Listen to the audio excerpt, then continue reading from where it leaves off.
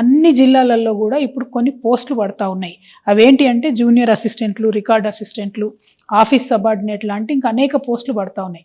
So ఈ పోస్టులన్నీ కూడా ఎట్లాంటివి అంటే ఎస్సీ, ఎస్టీ, బీసీ బ్యాక్లాగ్ పోస్టులు, అంటే ఇదివరకు ఏవైతే నింపకుండా వదిలిపెట్టారో ఆ పోస్టులు, ఈ పోస్టులు అని.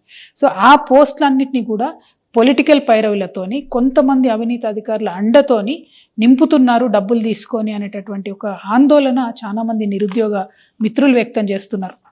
నా దగ్గరకు వచ్చి కలిసిన వాళ్ళలో నిజామాబాద్ కావచ్చు, కామారెడ్డి కావచ్చు, మహబూబ్ నగర్ కావచ్చు, కరీంనగర్, నిర్మల్, ఆదిలాబాద్, వికారాబాద్ ఇట్లా అనేక జిల్లాల నుండి యూత్ అంతా వచ్చి కూడా మాట్లాడుతున్నటువంటి సందర్భం.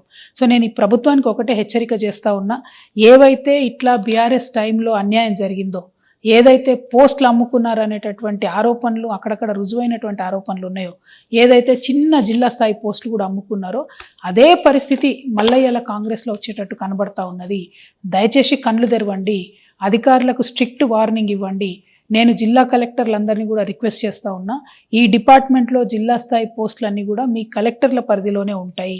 ప్రాపర్ ట్రాన్స్పరెంట్ రిక్రూట్మెంట్ చేయండి. చాలామంది యంగ్స్టర్స్ ఆశలు పెట్టుకొని ఉన్నారు, ఈ జాబ్స్ మాకు వస్తాయి, మేము సెటిల్ అవుతాం లైఫ్లో అనే ఆశతో ఉన్నారు. పైగా యువమిత్రుల్ని, మెరిట్ ఉన్న వాళ్ళని మనం ప్రోత్సహించినట్టయితే మన రాష్ట్ర అభివృద్ధిలో కూడా మంచిగా పాల్గొంటారు. కాబట్టి కలెక్టర్లకు నేను రిక్వెస్ట్ చేస్తూ ఉన్నా, మీరు చూడండి.